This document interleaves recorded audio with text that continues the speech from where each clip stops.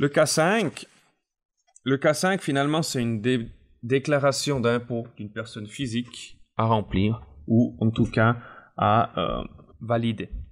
Cette personne physique est célibataire sans enfant, avec un domicile fiscal à Lucerne, une activité salariée. On vous dit qu'il n'est pas actionnaire de la société. Par contre, il détient une société immobilière. Il a la totalité des actions, 100%, important à retenir.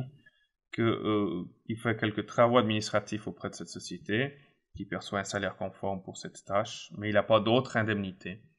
Voilà, et on vous demande, s'il vous plaît, il faut remplir ma déclaration d'impôt 2015. Je vous laisse lire les autres informations.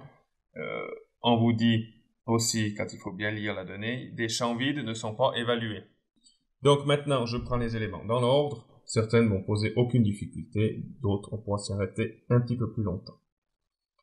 Donc, on a un salaire net pour 2015 de 150 000 francs. Évidemment, dans la colonne déclaration, on met 150 000, pas besoin de plus de détails. Article 17 de la LIFD, un salaire est évidemment imposable.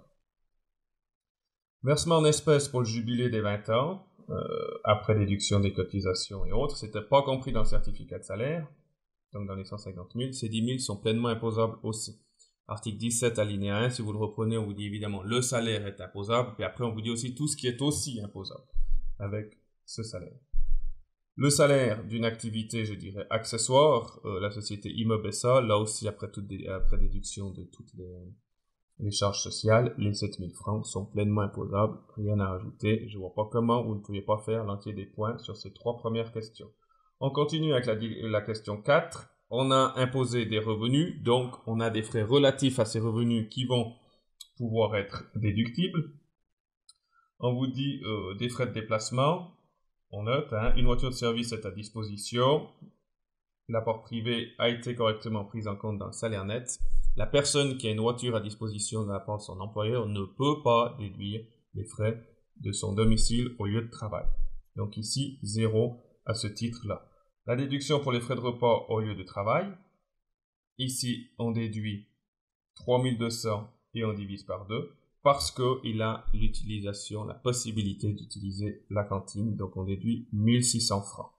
Ensuite, les autres frais professionnels, une déduction de 3% du salaire net. Si vous faites 3% de 150 000, vous êtes plus haut que la limite maximale de 4 000 francs.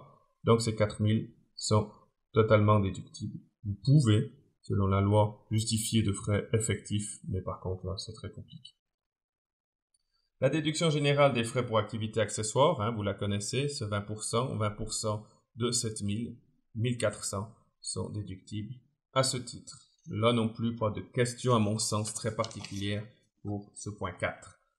Point 5, il y a un appartement qui est propriété de la société, de ce monsieur contribuable, qui se loue logiquement à 18 000 francs par année. Il est occupé par M. Meyer, donc par l'actionnaire, sans que celui-ci verse une contrepartie, c'est-à-dire que la société devrait logiquement recevoir 18 000 francs, mais vu que c'est l'actionnaire qui en est propriétaire de cette société, il ne verse pas les 18 000 francs, il n'y a pas de chiffre d'affaires dans la société.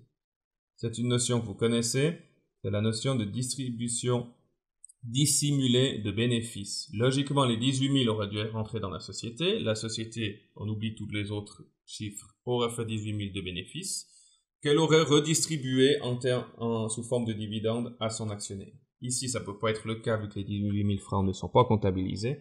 Donc, on est dans l'article 20 alinéa 1 lettre C et 20 alinéa 1 bis. Donc, dans des rendements de fortune mobilière, c'est un dividende caché qui est imposé ici auprès de M. Meyer. Ce dividende est imposé à 60% parce que M. Meyer a plus de 10% dans la société. Donc ici, quel est le montant imposable? C'est 18 000 à 60%, c'est les 10 000, 800 francs.